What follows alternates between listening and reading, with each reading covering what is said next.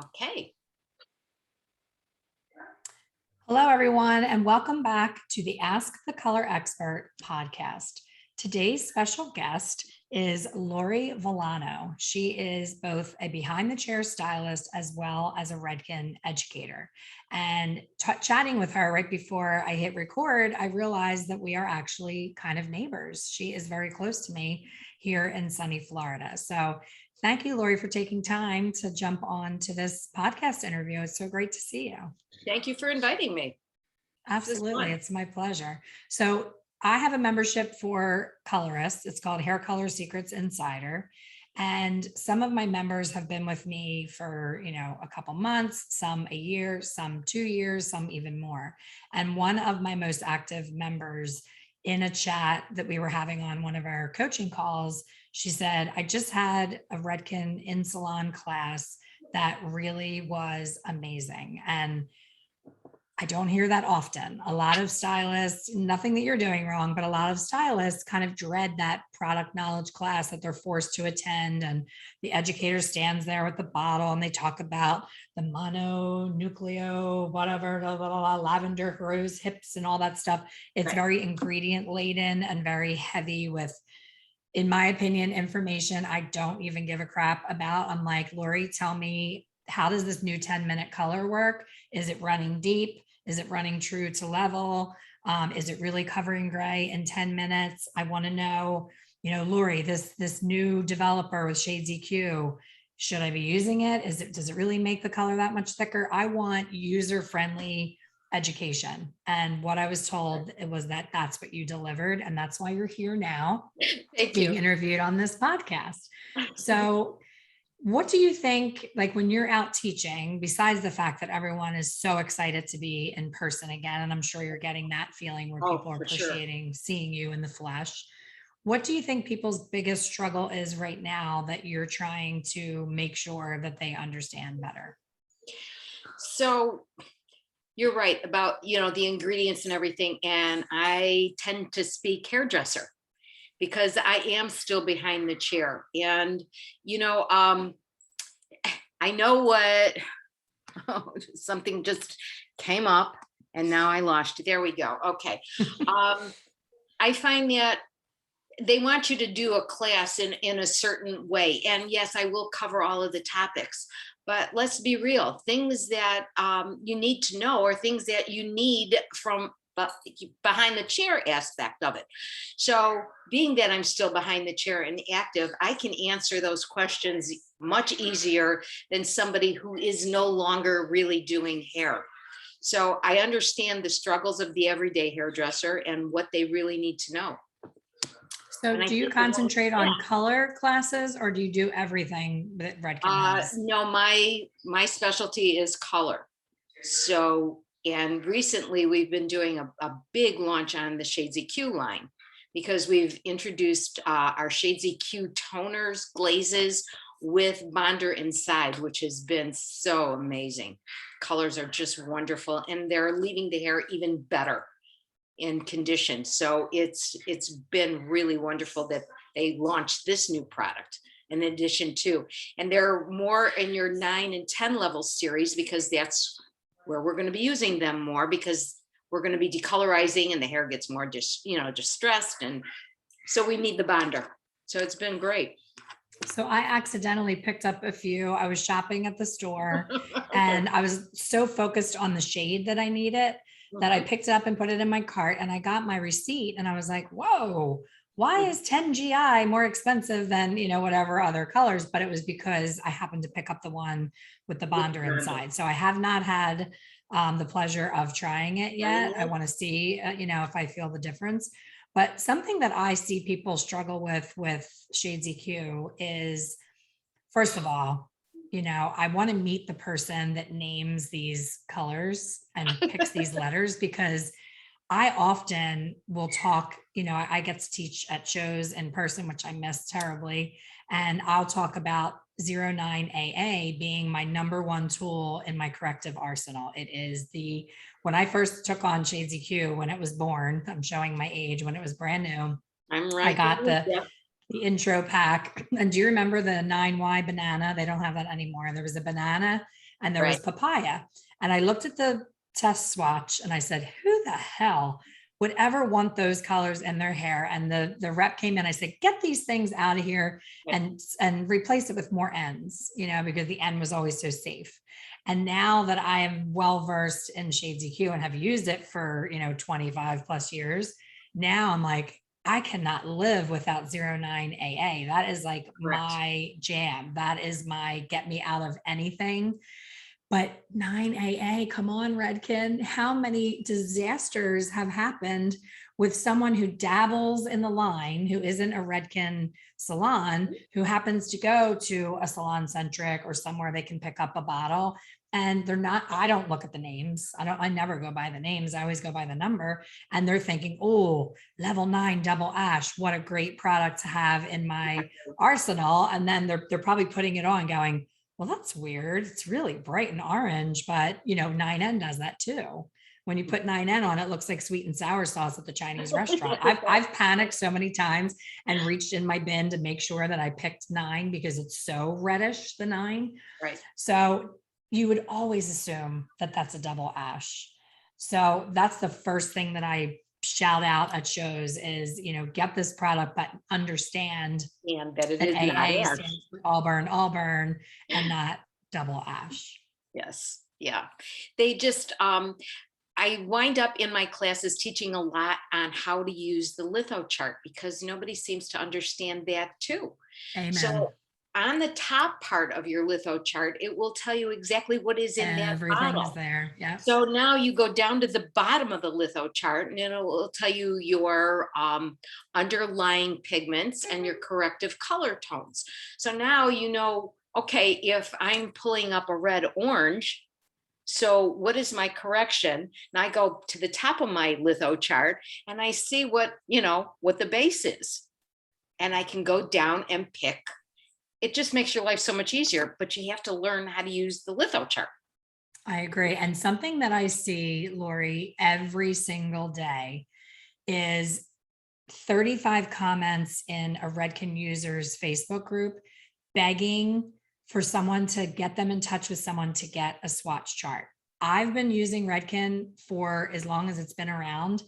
I have never needed a swatch chart. I need what you're referring to is that paper chart with that scale across the top, tells you everything you need to use and know about it, because I find actual swatch charts to be misleading. Very. Because we don't know what was that swatch done on. Was it white hair? Was it yak hair? Was it real hair? Was it brown hair? What is underneath that color? And then to make matters worse, people have gotten in the habit of handing that swatch chart to the guest and saying, pick your color, like they're at McDonald's picking a Happy Meal. And I'm like, oh my God, if you ever want to set yourself up for failure, hand them that damn swatch chart. Exactly. The only thing that I use a swatch book for, whether it's Shades EQ or Color Fusion, Chromatics, whatever, is okay, tell me what your eye sees. Because they'll come in and they'll say, I want chocolate brown. Well, did you want milk chocolate? Did you want dark chocolate? Did you want mocha chocolate? So tell me what your eye sees. Not that I'm using this particular color, but I have to know what you're seeing and what your vision of chocolate brown is. So that's the only reason I use a swatch book, but I rather have the litho chart, the paper, everything is there written for me. And there's days where, you're busy in the salon and I know Shades EQ. I know it, like I get up and I brush my teeth, but there's those days where all of a sudden I'm having the brain meltdown and it's like, okay, take a deep breath, go take a look at that chart. Speaking of charts, I actually created a chart for my members and I also sell it to non-members. It's my Redken Shades EQ cheat sheet. And it's all done in like warm neutral, cool tones, reds. And it's a little blurb about each shade to what my experience has been with it. You and I were chatting earlier before we started recording about the ABNs. And I said, people will grab an ABN and be like, oh, ash brown, that sounds so pretty, but not realizing what a punch it packs with the blue tone in there. And they're putting it on yellow hair. not understanding what level they're at, what the undertone is. And Mhm. then they say, oh, I'm changing lines. This stuff is horrible. And I'm like, It's no. horrible So because it came out dark green. yes, exactly. You know. So the other thing is, I always tell people I have a photo of that chart you're referring to in my phone, in my favorites. And I always say to my students, have that in your phone. When you're struggling, just pull out your phone, look at it like you're doing something for their color, in your phone, and spread it open and look. But the issue is Redken keeps adding more and more and more shades. I have 4 different versions of that chart because it's running out of space. Right. And sadly, Lorrie, I think you'll agree that Redken's doing a great job in giving us the tools that we need. However, I think that people have gotten so spoiled rotten with these pre-blended shades that they've stopped thinking, and they've Exactly. stopped realizing that they never needed Redken to put those 2 tones together, that they've had those tones all along and Mhm. could have blended them themselves. Where now, not only are they not thinking about what they're grabbing 3 pre-blended double toned shades, putting them all into this witch's brew and getting Muck fabulous, brown. murky, muddy crap for Brown. brown. Right. And then saying, oh, she's on medication. How many times have you heard that one? Right. It's COVID. COVID made that happen. She has COVID COVID and hair. medication and well water, Yes. yeah. But you're right, because they wanted to go into the kiss mode, keep it simple, stupid. You know, and we like mixing. And again, they forgot their color wheel. Stick with the basics and you won't go wrong. And if you want to, keep it easy, take the pre-blended. But if you're one stylist who likes to mix, which is pretty much me, because I like to just vary a little bit. I don't want a standard one size fits all 10 GI. I Right. want to do what I want to do. So, but if they would stick back to the color wheel, just keep it where it belongs and then read that litho chart. So speaking of the color wheel, one of the things that makes me scratch my head as a colorist and as an educator is, when would it ever be needed to use a 9NA? Because as you know, at level 9, you don't have orange. So why is there even a 9NA? Like, I'll see so many people say, well, I used 9NA and it turned green. I'm like, hello, 9NA is blue. You're putting it on yellow. Yellow plus blue is green. You created that. But when would you want a level 9 blue? Like, what would be an example of when you would use that properly? Um, Probably if you really want something very, very ashy and they're going into those gray tones, That's what I you thought. know, Maybe like more of a yeah, silver. like the Jack Martin, where he's doing all of these steel gray, making you look old. It's not one of my favorite looks. However, we have to know how to do them because people are requesting them. But But if even you like then, that it's almost like steely you would look, have to pre-glaze before the NA, because you it's going to always be that pre-glaze. residual yellow. Yeah. But that's what people aren't learning. Yeah. And then they're reaching for these silver tones. That's another thing that, is all over the forums. They're like, why isn't it silver? And they show the before and it's level 7 Mhm. peachy, orangey hair. And they're putting titanium on peach hair. And Right. don't you find, though, as an educator, it's like an overwhelm of like, where do I even begin to explain this? Because it's so fundamental Mhm. beginner that you get the eye roll and the hairy lip when you try to go back to that. As soon as you mention the color wheel, people, they do I know. this like, Well, they know everything, but if they yes, did, they wouldn't be getting green hair. yes, So I make them take that step back and take a look at that wheel so that they start to understand what's happening. And when you ask them, if I'm putting something blue based and it has yellow in the hair, what are you going to get? And they give me this deer in the headlight look, because they really don't know. They've forgotten what they know. So you do have to bring them back to the basics.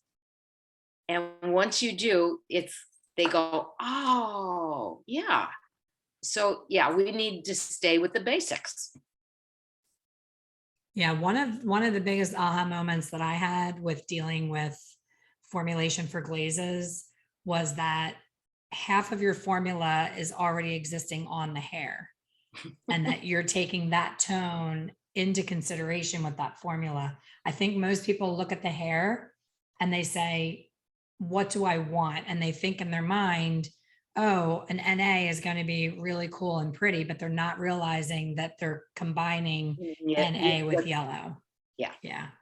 yeah. So even after 20 some years, I was like, oh, that's true. It is half of the formula without even being in the bowl. Exactly. And then But when you you know what? add two other shades, it's Nobody like, really ah, seems to teach that. They teach your target level, but you have to know where you started from. So yes. if I have that yellow, I have to know that it's there and what am I going to mix to counteract that yellow. So that was another thing that I've been teaching more in my classes is you're right. You have to know what that canvas is. I also think that Demi permanent color, I think one of the biggest things that people learn when they go into my membership is how much Demi I use in ways that they wouldn't think you would use a Demi. I think one of the biggest misconceptions is that permanent color lasts longer than Demi permanent color when glazing hair. Do you find that in Oh your my classes God. that people Thank are you. fighting Thank with you? you. Thank you for that. I've been fighting that one for years with stylists in the salons that I've worked in and going to classes. And I just did one yesterday and it was on her daughter's hair, who's a natural level 7, and her daughter wants to be a 5. So she's putting permanent color on zone 1 and then running it through because she has long hair. And I was like, oh my God, wait a minute. I said, she doesn't understand. And she said, but I want it to be permanent. And I said, it is. Just because the name says Demi just means that it's acidic. Doesn't mean that it's an alkaline. I don't need to lift and deposit. I just need deposit. So after Exactly. we tore everything apart, I gave her a new formula for her daughter, and she's going to go home and try it. And then she was saying, and our color doesn't last. Well, no, you keep putting an alkaline on top of, and on top of. I said, you're not sealing anything down. You need Shades EQ. So hopefully she's going to try it and she will see the results. And she promised she would text me back. So I will keep you posted on that one. Yeah, I think it's just a belief system that you start off with, maybe from school, maybe early in your career. I think this whole generation is blessed to even have these tools. We didn't have Demi when I was in beauty We school. didn't have it. We had bottles of filler, those little apothecary looking drugstore Exactly. jars of goop that were a filler. So for me, I love the versatility. I often say, if I had to go off and work on a deserted island and could only use one product, I would most likely ask for a Demi because I can do the most with that with the least amount of effort. And, I've done swatches. I'm doing a live in-person retreat in March, and I can't wait to show everybody the swatches where I do a color fusion permanent 6N. I do a Redken Shades EQ cream 6N, and I do liquid acidic Shades EQ 6NB because that's meant to cover gray. And I show all 3 swatches, and all 3 are covered just as well as the others. The difference between the permanent and the Demi guys was warmer because it was trying to lift. So everybody complains about warmth, but they keep putting permanent color on and all over and dragging it through, and they're getting that lift. And then they're like, oh, it lasts so much longer. And it's like, oh, it makes me crazy. But they need to see it. So I've done the swatches like you have, and it's amazing, because it's all of a sudden their light bulb goes on, and and yes, it's permanent. It's going to last. In fact, it will last longer because I've sealed that cuticle down. I haven't opened it up, and then we argue with the older stylist who, well, I'm going to use 10 volume and conditioner. And no, you still have active 10 volume.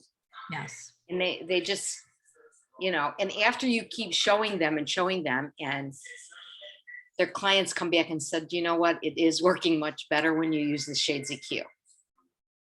I think too, the instructions on use is a big hurdle too, because there's many, many, many, more than not, educators who are doing this flash glazing at the bowl on their balayage, but they're not, that client is not going to have that glaze even 2 weeks later. No. It's going to be gone. And then I don't know if that's their model, that they want them to keep coming back for the glaze, but there is such a difference between applying on dry hair and processing the entire 20 minutes and that quickie 6-minute tone at the bowl. But I think there's so much fear around the product because people don't understand it, that it's actually the direct dye in the shades EQ that's showing up and giving everybody a heart attack because it looks so dark and so pigmented.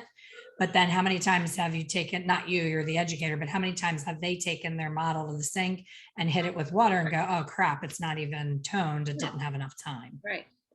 The other thing is I do not like applying it at the bowl.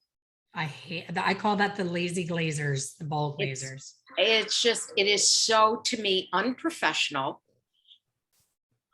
They just need to be blast dried.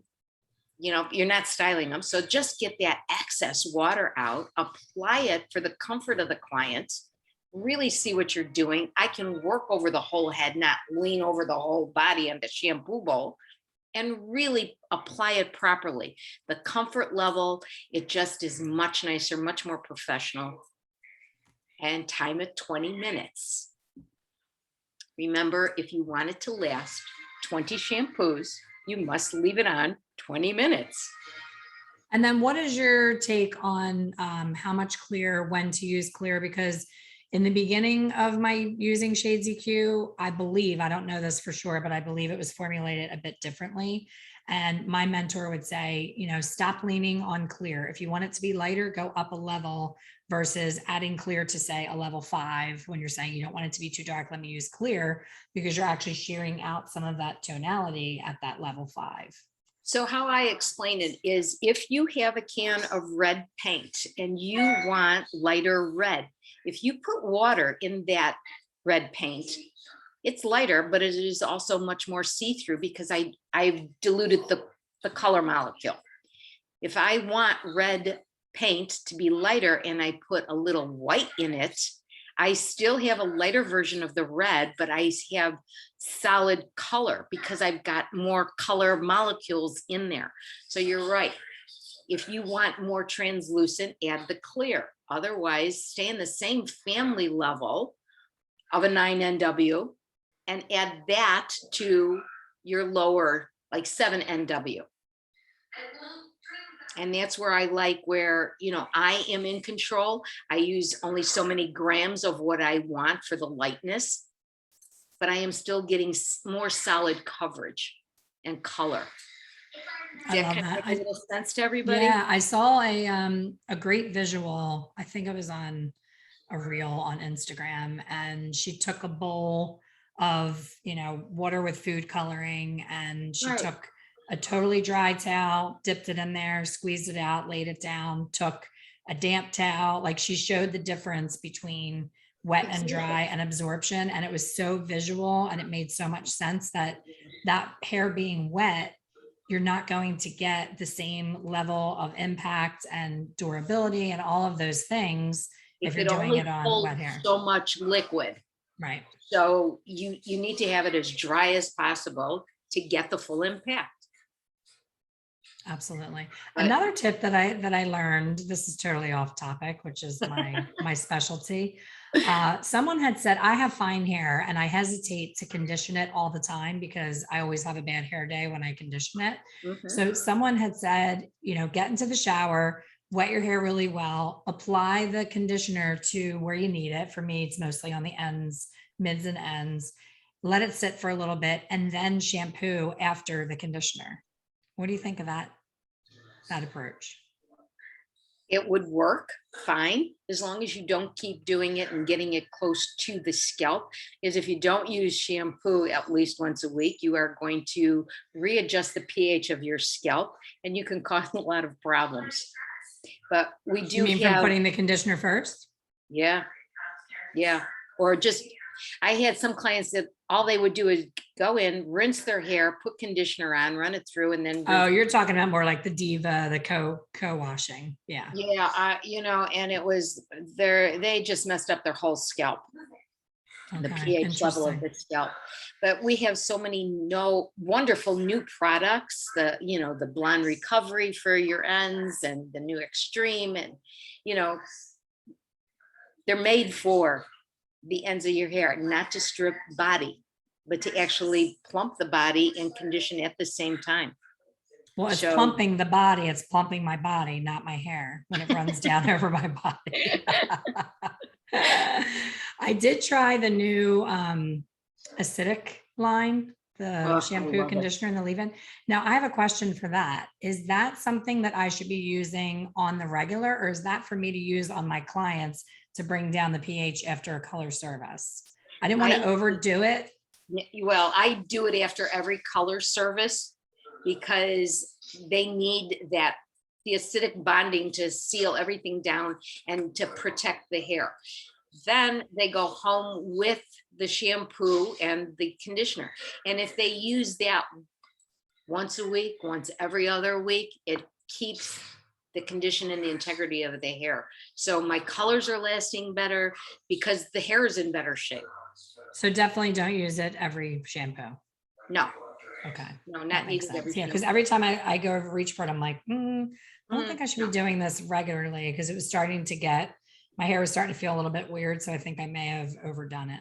Yeah. So I'll do it only Just after color once a week, once every other week. It depends again on your client and how much they need on their hair. Yeah. But definitely after every color service, especially with the balayages. Okay. Yeah. Speaking of balayage, something else that has started to bother me is that some of the techniques that are being shown in classes, first of all, it's so much of the same thing. I'm getting tired of seeing one length hair with beach waves with, lived in color. But I think a lot of the confusion with Redken Shades EQ is that it was being used as a corrector of what went wrong in the service. It wasn't let me just bring it all together and make everything shiny and pretty. It was like, let me get out those skip marks and those bleed marks and those areas that didn't lighten enough. Right. It's a great correcting tool, but that's not your main purpose when you're doing the balayage. Get it up to the level you need.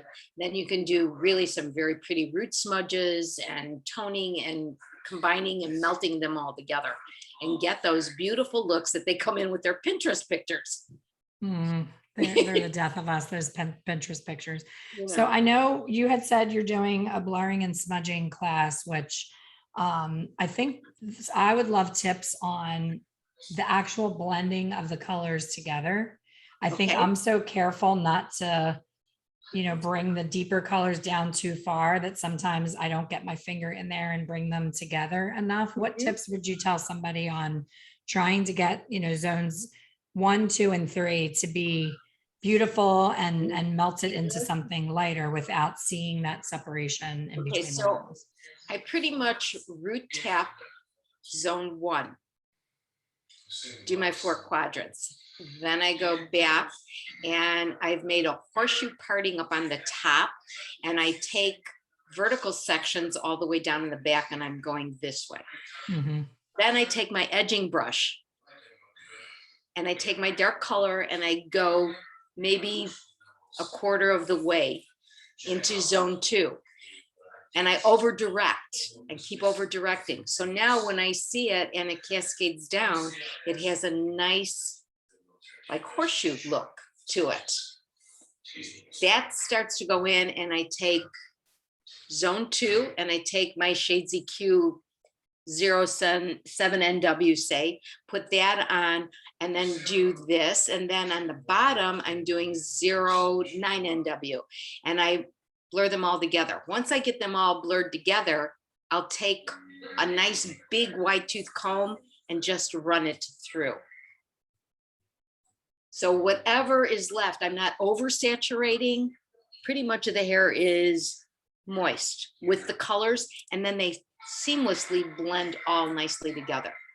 So when you take your edging brush, you're actually dragging the product that's already on the regrowth. You're not adding other product. I might have to add a little bit more depending on, how much I want that melting to be.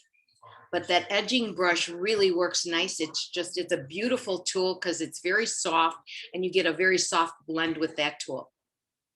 Nice. Tools And I are like very that tip important. because tools really are important. I just got off of a quick coaching call with a member, and she had a situation where she really needed, the only fix for her situation is the papaya 09 AA.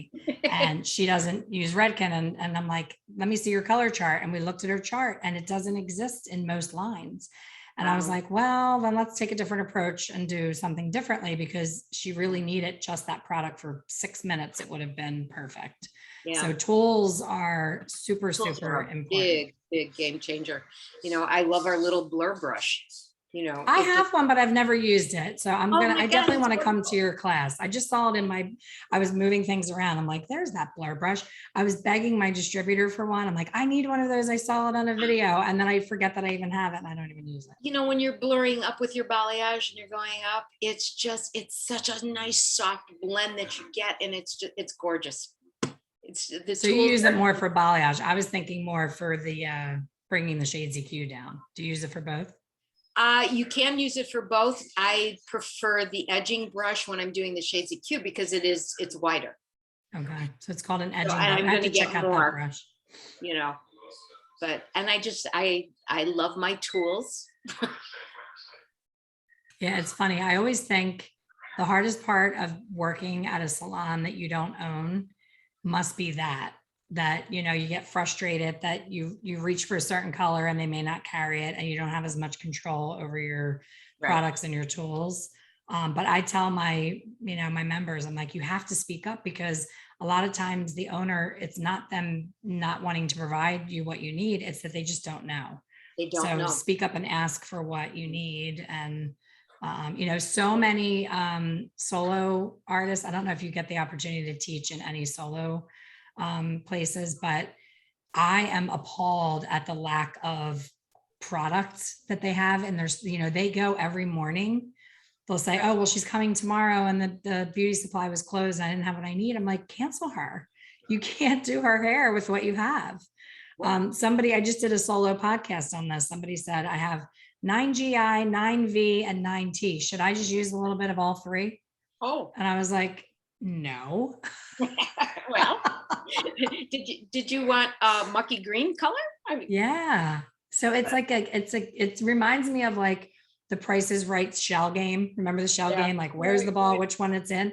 It's kind of like, let me do a little bit of this, a little bit of that, and throw it against the wall and see what sticks. And that terrifies me, because you and I are having this conversation. We both teach the same exact way about the product, and there's so much information out there. And, I've seen at most times there's over 30 opportunities on Eventbrite through Redken to learn all about Shades EQ. Awesome, Q&A, product knowledge. Like, I've sat through probably 6 of them during the shutdown, because I am forever a student. And every single time I've watched one of those and it's a different educator, I learned something different. Because we all have our own little tricks, and and then there is Redken.com or redkenpro.com, and you can go on there and get classes and all different kind of questions and answers, and they updated the Style Station.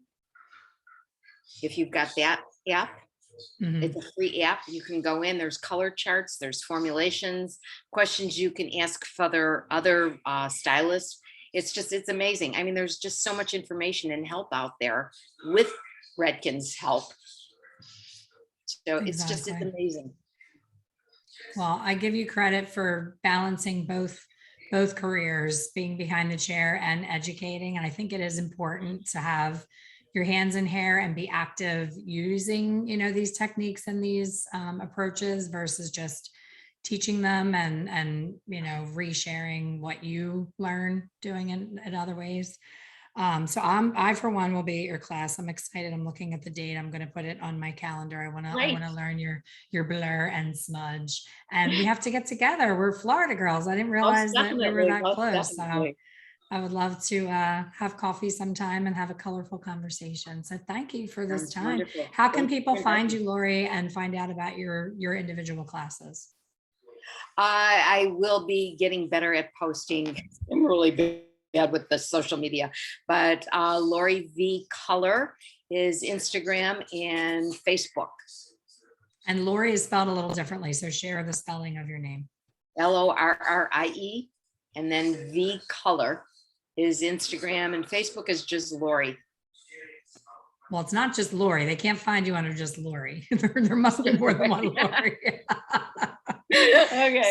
So Lorrie Villano, I believe, is how I found you on Facebook, but it's Lorrie. So look up Lorrie and reach out to her. Send her a message if you're struggling with anything Redken. She is your girl, and this has been such a pleasure. Thank you for joining me on the podcast. We have to do this again. Absolutely. Thank you so much, and thank you everybody for listening. We'll see you on the next one. Thank you.